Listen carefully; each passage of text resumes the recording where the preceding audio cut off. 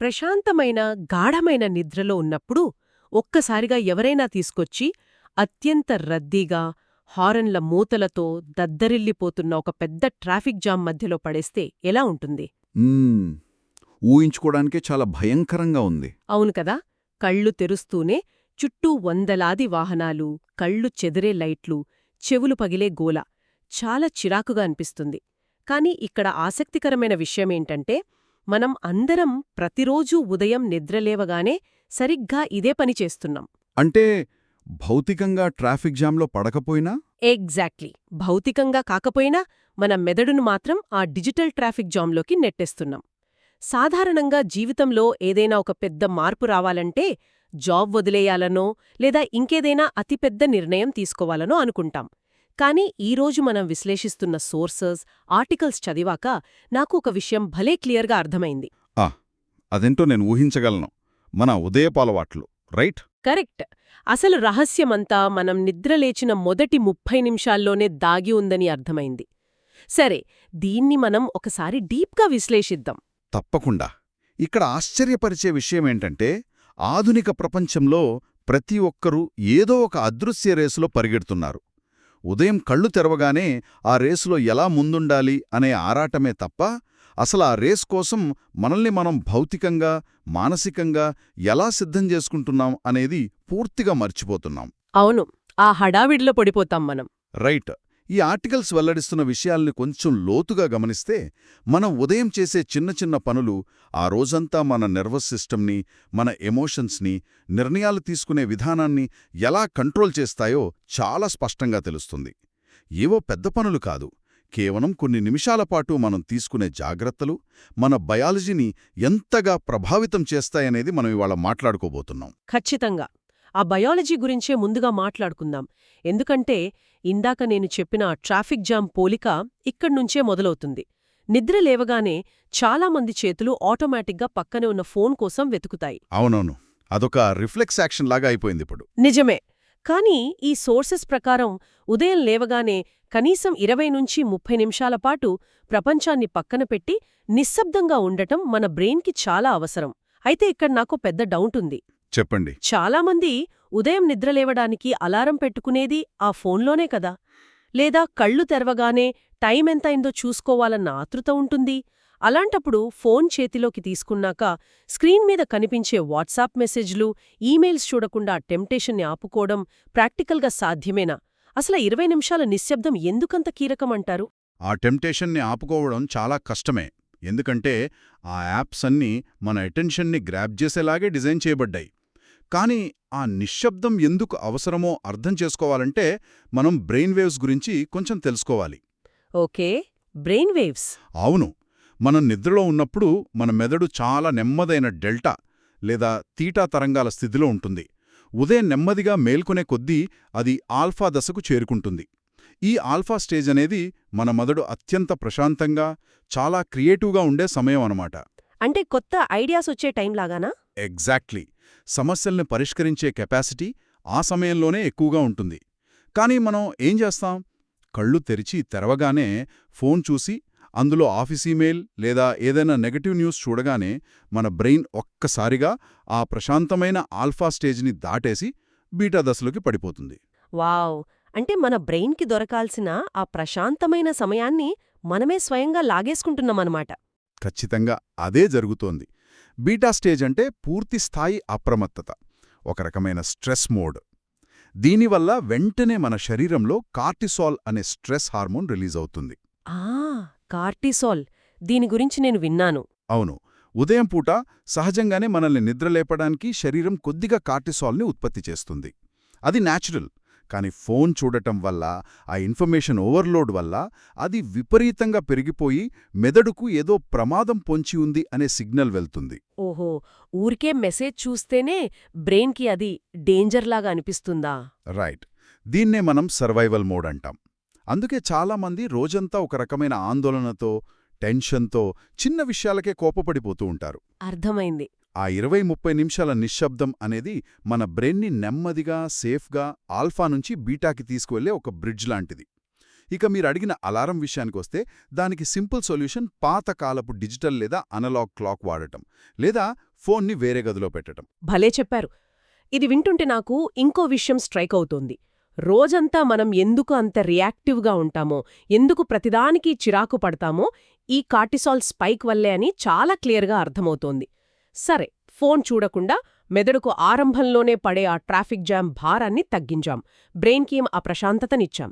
ఆ తర్వాత ఈ రీసెర్చ్ అంతా చదివాక నాకు కనబడిన మరో ఆసక్తికరమైన విషయం వాటర్.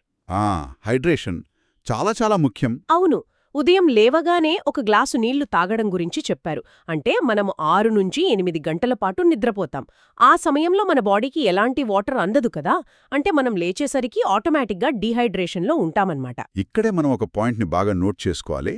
ఉదయం పూట చాలామందికి ఒక రకమైన మబ్బుగా, బద్ధకంగా అనిపిస్తుంది కదా. అబ్బా అవును, అలారం మోగగానే ఇంకాసేపు పడుకుంటే బావుండు అనిపిస్తుంది కదా, అదేనా? ఎగ్జాక్ట్లీ. దాన్ని అందరూ నిద్రమొత్తు లేదా అలసట అనుకుంటారు కానీ బయాలజీ ప్రకారం చాలాసార్లు అది కేవలం తీవ్రమైన డీహైడ్రేషన్ మాత్రమే. Wait, really? నిద్ర సరిపోక కాదు, నీళ్లు లేక బద్ధకమొస్తుందా? అవును, 8 గంటల పాటు నీరు లేకపోవటం వల్ల మన బాడీలో రక్తం కొద్దిగా చిక్కబడుతుంది. ఆ చిక్కబడిన రక్తం మన బ్రెయిన్కి అవసరమైన ఆక్సిజన్ని ఫాస్ట్గా సప్లై చేయలేదు. వావ్, ఇది నిజంగా మైండ్ బ్లోయింగ్ పాయింట్. అంటే ఉదరం అలారం మోగగానే ఆ స్నూజ్ బటన్ నొక్కి మళ్లీ పడుకోవడానికి కారణం మనకు ఇంకా నిద్ర అవసరం అని కాదు, మన బ్రెయిన్ ఆక్సిజన్ కోసం, మన బాడీ వాటర్ కోసం ఫైట్ చేస్తోందన్నమాట. ఆ బద్ధకం అనేది జస్ట్ వాటర్ లేకపోవడం వల్ల వచ్చిన సిమ్టమ్. కరెక్ట్గా క్యాచ్ చేశారు. మనం సైలెన్స్ని బ్రెయిన్కి మెంటల్ ఫ్యూయల్గా ఎలా ఫీలవుతామో, నీటిని శరీరానికి ఫిజికల్ ఫ్యూయల్గా భావించాలి. ఉదయాన్నే 1 లేదా 2 గ్లాసుల గోరువెచ్చని నీళ్లు తాగడం వల్ల ఆ చిక్కబడిన రక్తం పల్చబడి బ్లడ్ సర్క్యులేషన్ స్పీడవుతుంది. అంటే ఇంజిన్కి ఆయిలేసినట్టు అన్నమాట. అవును, ఇది మన మెటబాలిజంని అమాంతం మేల్కొల్పుతుంది. రాత్రంతా రెస్ట్ తీసుకున్న మన ఇంటర్నల్ ఆర్గాన్స్కి, కిడ్నీలకి, డైజెస్టివ్ సిస్టమ్కి ఇక పనులు మొదలుపెట్టండి అని పంపే ఒక స్ట్రాంగ్ మెసేజ్ ఆ వాటర్. ఆ ఒక్క గ్లాస్ నీరు బ్రెయిన్కి చేరే ఆక్సిజన్ లెవెల్స్ని పెంచి ఆ నిద్రమత్తును 5 నిమిషాల్లో మాయం చేస్తుంది. సూపర్. శారీరక ఇంధనం గురించి మాట్లాడుకున్నాం కాబట్టి ఈ సోర్సెస్లో మెన్షన్ చేసిన నెక్స్ట్ స్టెప్ వైపు వద్దాం. అదే కదలిక, అంటే మూవ్మెంట్. అవును. బ్రెయిన్కి, బాడీకి ప్రాథమిక ఇంధనం అందించిన తర్వాత వాటిని యాక్టివ్గా మార్చడానికి ఉదయాన్నే కొద్దిసేపు బాడీని కదిలించడం, ఆ తర్వాత వెంటనే స్థిరత్వాన్ని అంటే స్టిల్నెస్ని పాటించడం చెయ్యాలని ఉంది. రైట్. అంటే ఒక 5-10 నిమిషాల పాటు చిన్న స్ట్రెచింగ్ లేదా నడక, దాని తర్వాత మెడిటేషన్ లేదా డీప్ బ్రీదింగ్. నాకైతే ఈ 2 విషయాలు చూడ్డానికి ఒకదానికొకటి పూర్తిగా ఆపోజిట్గా అనిపిస్తున్నాయి. ఒక పక్క నడవమంటారు, వెంటనే మళ్ళీ ఇంకో పక్క కూర్చొని ధ్యానం చేయమంటారు. అసలు ఈ మూవ్మెంట్, స్టిల్నెస్ అనేవి ఒకే సమయంలో ఎలా పనిచేస్తాయి? ఇది కారును స్టార్ట్ చేసి వెంటనే బ్రేక్ వేసినట్లు లేదా ఇంజిన్ ఆఫ్ చేసినట్లు కాదా? ఇది చాలా సహజంగా వచ్చే డౌటే. దీన్ని మనం కొంచెం బ్రాడ్గా విశ్లేషిస్తే ఈ 2 ఆపోజిట్ కావు, ఇవి 2 కాంప్లిమెంటరీ అని అర్థమవుతుంది. అంటే ఒకదానికి ఒకటి సపోర్ట్ చేసుకునేవి. ముందు మనం మూవ్మెంట్ గురించి చూద్దాం. ఓకే. మనకు ఫిట్నెస్ అనగానే జిమ్కి వెళ్లి బరువులెత్తడం, గంటల కొద్దీ చెమటోడ్చడం గుర్తొస్తోంది. కానీ ఇక్కడ రీసెర్చ్ చెబుతున్నది ఆ హెవీ వర్కౌట్ గురించి కాదు. ఉదయం కేవలం 5 లేదా 10 నిమిషాల పాటు బాడీని స్ట్రెచ్ చేయడం లేదా సింపుల్గా నడవడం. అంటే జస్ట్ వాక్ చేయడం. అవును, ఇది క్యాలరీలు కరిగించడానికి చేసే ప్రయత్నం ఏమాత్రం కాదు. రాత్రంతా ఒకే పోస్చర్లో పడుకోవడం వల్ల కండరాల్లో వచ్చిన స్టిఫ్నెస్ని వదిలించడానికి, మరియు ఇందాక మనం మాట్లాడుకున్నాం కదా, ఆక్సిజన్ ఉన్న రక్తాన్ని బాడీ అంతా పంపడానికి చేసే ఒక చిన్న మూమెంట్ ఇది. ఓహో, బ్లడ్ ఫ్లో కోసమన్నమాట. కరెక్ట్. దీనివల్ల మన మెదడులో ఎండార్ఫిన్లు అనే ఫీల్ గుడ్ కెమికల్స్ రిలీజ్ అవుతాయి. ఇవి మన మూడ్ని ఇన్స్టెంట్గా లిఫ్ట్ చేసి బాడీలో ఒక కొత్త ఎనర్జీని నింపుతాయి. రైట్. అంటే ఇక్కడ మన టార్గెట్ కండరాలు పెంచడం కాదు, మన నర్వస్ సిస్టమ్ని వేకప్ చేయడమన్నమాట. మరి ఈ స్టిల్నెస్ అంటే ఒక చోట కూర్చుని శ్వాస మీద ధ్యాస పెట్టడం ఎందుకు? ఆ వచ్చిన ఎనర్జీని అలా ఉంచుకుంటే సరిపోతుంది కదా? ఎక్కడే అసలైన మ్యాజిక్ ఉందండి. ఇందాక మీరు కారు గురించి ఒక ఎగ్జాంపుల్ చెప్పారు కదా, దాన్నే కొంచెం మారుద్దాం. కదలిత ద్వారా శరీరాన్ని మేల్కొల్పడమంటే కార్ ఇంజన్ని స్టార్ట్ చేసి యాక్సిలరేటర్ నొక్కడం లాంటిది. ఓకే. అయితే ఆ కారు కరెక్ట్ డైరెక్షన్లో వెళ్లాలంటే స్టీరింగ్ని స్థిరంగా పట్టుకోవాలి కదా. ఆ స్టీరింగే ఈ స్టిల్నెస్ లేదా మెడిటేషన్. వావ్! ఆ పోలిక చాలా బావుంది. యాక్సిలరేటర్ మరియు స్టీరింగ్. అవును, బాడీ యాక్టివ్గా ఉండాలి, కానీ మైండ్ స్థిరంగా ఉండాలి. ఉదయం ఒక 5 నిమిషాలు సైలెంట్గా కూర్చుని డీప్గా గాలి పీల్చుకున్నప్పుడు మెదడులోని అనవసరమైన ఆలోచనలన్నీ క్లియర్ అయిపోయి ఒక స్పష్టత అంటే క్లారిటీ వస్తుంది. అంటే మన మూవ్మెంట్తో క్రియేట్ చేసిన ఎనర్జీ అంతా వేస్ట్ అవ్వకుండా ఉంటుంది. ఎగ్జాక్ట్లీ. ఆ పుట్టిన అపారమైన శక్తిని ఎటో డిస్ట్రాక్ట్ అవ్వకుండా ఒక ఫోకస్ వైపు మళ్లించడానికే ఈ 2 పద్ధతులను ఒకదాని తర్వాత ఒకటి చేయమన్నారు. ఒక మంచి బ్యాలెన్స్ని తీసుకురావడానికి ఇది ఎంతో హెల్ప్ అవుతుంది. బాడీ ఏమో ఎనర్జెటిక్గా ఉండాలి, మైండ్ ఏమో ఫోకస్డ్గా ఉండాలి. చాలా వండర్ఫుల్ కాన్సెప్ట్ ఇది. సరే, ఇప్పుడు మన మైండ్ ప్రశాంతంగా ఉంది, బాడీ హైడ్రేట్ అయ్యి యాక్టివ్గా ఉంది, ఒక మంచి ఫోకస్ కూడా వచ్చింది. ఆ తర్వాతేంటి? నెక్స్ట్ వచ్చేసి ప్లానింగ్. అవును, ఈ ఆర్టికల్స్ ప్రకారం మన రాబోయే రోజును సమర్థవంతంగా ఎదుర్కోవడానికి రోజును ప్లాన్ చేసుకోవడమనేది చాలా కీలకం. ప్రతి చిన్న విషయానికి బయటి పరిస్థితుల మీద ఆధారపడి రియాక్ట్ అయ్యే బదులు ఆ రోజు మనకు ఏది ఇంపార్టెంట్ అని డిసైడ్ చేసుకుని కనీసం 2 లేదా 3 ముఖ్యమైన పనులను రాసుకోవడం గురించి ఇందులో ఉంది. కరెక్ట్. ఇంటెన్షన్తో రోజును స్టార్ట్ చేయడానికి, కేవలం రియాక్ట్ అవుతూ రోజును గడపడానికి మధ్య ఉన్న అతిపెద్ద డిఫరెంట్ ఇదే. ఈ పాయింట్ చదువుతున్నప్పుడు నాకు మన సూపర్ మార్కెట్ షాపింగ్ గుర్తొచ్చింది. అవునా? ఎలా? అంటే చేతిలో ఎలాంటి గ్రాసరీ లిస్టు లేకుండా మనం సూపర్ మార్కెట్లోకి వెళ్తే ఏం జరుగుతుంది? కనబడిన ప్రతి వస్తువు కొనాలనిపిస్తుంది. ఆ ఆఫర్స్ చూసి అనవసరమైనవన్నీ ట్రాలీలో వేసేస్తాం. అవును, అందరికీ జరిగేదే ఇది. ఆ రోజు మొత్తం హారతి కర్పూరంలా కరిగిపోతుంది. చాలా కరెక్ట్గా చెప్పారు. ఆ గ్రోసరీ లిస్ట్ లాంటిదే మన డైలీ ప్లాన్. కానీ ఇక్కడ నేనొక ప్రాక్టికల్ ప్రశ్న అడగాలి. అడగండి. మనం పేపర్ మీద ఎంత అందంగా 2-3 పనులు రాసుకున్నా ఒక్కోసారి ఆఫీస్కి వెళ్లగానే సీన్ రివర్స్ అవుతుంది. ఊహించని విధంగా బాస్ ఒక ఎమర్జెన్సీ మీటింగ్ అంటాడు, లేదా వేరేదైనా ఇష్యూ వస్తుంది. అలాంటప్పుడు మనం ఉదయం రాసుకున్న ప్లాన్స్ అన్నీ పక్కకు వెళ్ళిపోతాయి కదా. మరి అలాంటప్పుడు ఈ ప్లానింగ్ వల్ల నిజంగా ప్రయోజనం ఉంటుందా? ఇది చాలా ఇంపార్టెంట్ అండ్ రియలిస్టిక్ క్వశ్చన్ అండి. అయితే ప్లాన్ చేసుకోవడం అంటే ఆ ప్లాన్కి మనం బానిసవ్వడం కాదు. అది 100% అలాగే జరగాలని మొండిగా కూర్చోవడం అంతకంటే కాదు. మన దగ్గరున్న ఆ టాస్క్ లిస్ట్ అనేది రాతిమీద చెక్కిన రూల్ కాదు. అదొక కాంపాస్ లాంటిది, ఒక దిక్సూచి. కాంపాస్ లాంటిదా? అంటే దారి చూపిస్తుందనా? అవును. ఇప్పుడు మనం సముద్రంలో షిప్లో ప్రయాణిస్తున్నామనుకోండి. ఒక్కొక్కసారి పెద్ద తుఫానొచ్చి ఓడను దారి మళ్లించవచ్చు. అప్పుడు తప్పనిసరిగా వేరే దారిలో వెళ్లాల్సొస్తుంది. ఆ ఎమర్జెన్సీ మీటింగ్స్, సడన్ ఇష్యూస్ అన్నీ అలాంటి తుఫానులే. రైట్. కానీ మన చేతిలో కాంపాస్ ఉంటే ఆ తుఫాను సద్దుమణిగాక మళ్ళీ మనం ఒరిజినల్ రూట్లోకి ఎలా రావాలో, ఎక్కడికి చేరుకోవాలో మనకు క్లియర్గా తెలుస్తుంది. ఓహో, అంటే ఆ ఎమర్జెన్సీ అయిపోగానే మళ్ళీ మన ఫోకస్ చెదిరిపోకుండా ఆ కాంపాస్ మనల్ని వెనక్కి తీసుకొస్తుందన్నమాట. ఎగ్జాక్ట్లీ. ఉదయాన్నే ఆ ముఖ్యమైన పనులను రాసుకోవడం వల్ల మన బ్రెయిన్కి ఏది ఇంపార్టెంట్, ఏది కేవలం అర్జెంట్ అనే తేగా తెలుస్తుంది. రోజంతా ఎన్ని అవాంతరాలు ఎదురైనా మధ్యాహ్నం కాస్త ఫ్రీ టైం దొరక్కానే మన మైండ్ ఆటోమేటిక్గా యూట్యూబ్ వైపు కాకుండా ఆ ముఖ్యమైన పనుల వైపు మళ్ళుతుంది. ఎందుకంటే మనం ఉదయాన్నే దానికొక డైరెక్షన్ ఇచ్చాం కదా. పరిస్థితులకు మనం బలైపోకుండా పరిస్థితులను ఎలా ఫేస్ చేయాలో ఈ ప్లానింగ్ నేర్పుతుందన్నమాట. రియాక్ట్ అయ్యే మోడ్ నుంచి రెస్పాండ్ అయ్యే మోడ్కి మారడం. ఇది నిజంగా ఒక పవర్ఫుల్ షిఫ్ట్. ఖచ్చితంగా. ఇక ఈ సోర్సెస్లో ఉన్న లాస్ట్ అండ్ ఫైనల్ పాయింట్, రోజును సానుకూలతతో అంటే పాజిటివిటీతో ప్రారంభించడం.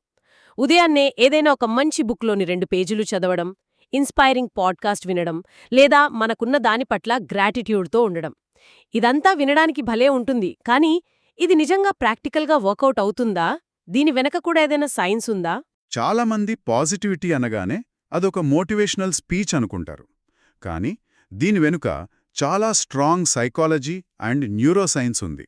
దీన్నే మనం కాగ్నిటివ్ ఫ్రేమింగ్ లేదా రెటిక్యులర్ యాక్టివేటింగ్ సిస్టమ్, సింపుల్గా RAS అంటాం. RAS అదెలా పనిచేస్తుంది? ఒక చిన్న రియల్ లైఫ్ ఎగ్జాంపుల్ చెప్తాను. మనం ఏదైనా ఒక కొత్త రెడ్ కలర్ కారు కొనాలని ఫిక్స్ అయ్యామనుకోండి. అప్పటిదాకా మనకు రోడ్డు మీద కార్లు పెద్దగా కనబడవు.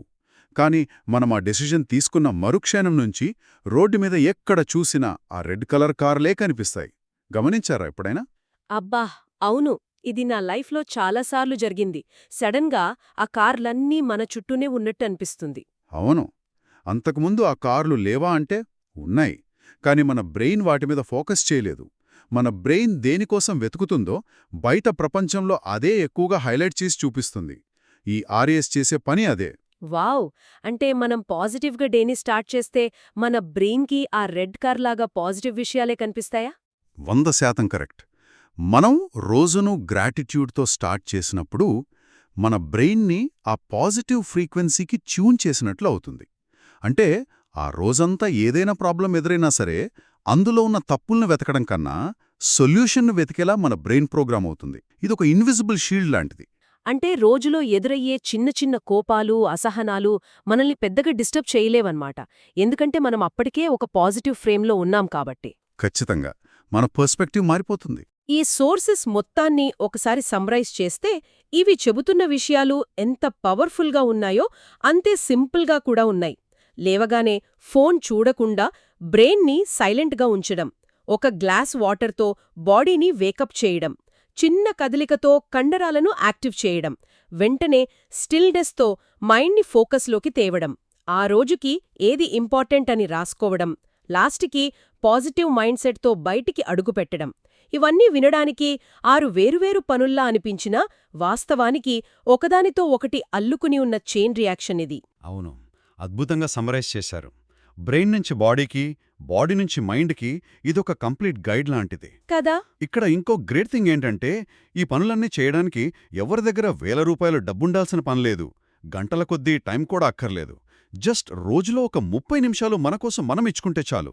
అయితే ఈ చిన్న అలవాట్లకున్న అసలైన పవర్ వాటి కన్సిస్టెన్సీలోనే ఉంది. అంటే రోజూ చెయ్యాలంటారా? అవును.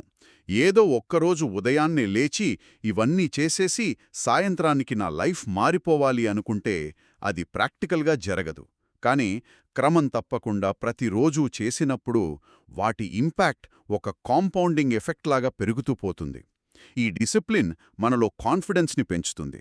నా రోజు నా కంట్రోల్లో ఉంది అనే ఫీలింగ్ మనల్ని మెంటల్గా చాలా స్ట్రాంగ్గా ఉంచుతుంది. నిజమే. ఈరోజు మనం మాట్లాడుకున్న విషయాలు ఖచ్చితంగా ఆలోచింపజేసేవే. మార్పు అనేది ఎక్కడో బయట లేదు, అది మన రోజును స్టార్ట్ చేసే ఆ మొదటి నిమిషాల్లోనే ఉందని ఈ సోర్సెస్ చాలా క్లియర్గా ప్రూవ్ చేశాయి. మన ఉదయమే మన రోజుకు అసలైన ఫౌండేషన్. ఆ ఫౌండేషన్ని ఎంత స్ట్రాంగ్గా వేసుకుంటే ఆ రోజంతా ఎదురయ్యే సవాళ్లను అంత ఈజీగా హ్యాండిల్ చేయగలం. సరే, ఈ విషయాలన్నింటినీ మనసులో ఉంచుకుని ఈనాటి మన సెషన్ని ముగించే ముందు ఒక డీప్ థాట్తో ఎండ్ చేద్దాం. ష్యూర్. ఒకవేళ మనం గడుపుతున్న ప్రతి ఉదయం ఆ రోజంతటిని డిసైడ్ చేస్తుంటే, అలా గడిచిపోయిన రోజులే కలిసి మన భవిష్యత్తుగా, మన జీవితంగా మారుతుంటే, మరి ప్రస్తుతం మనం ఉదయం లేవగానే చేస్తున్న పనులు, మన టైంని స్పెండ్ చేస్తున్న విధానం, ఫ్యూచర్లో మనం నిర్మించుకోబోయే లైఫ్ గురించి ఏం చెబుతోంది? రేపటి మన జీవితం ఈ ఉదయం మనం తీసుకునే చాయిసెస్ మీదే ఆధారపడి ఉందా?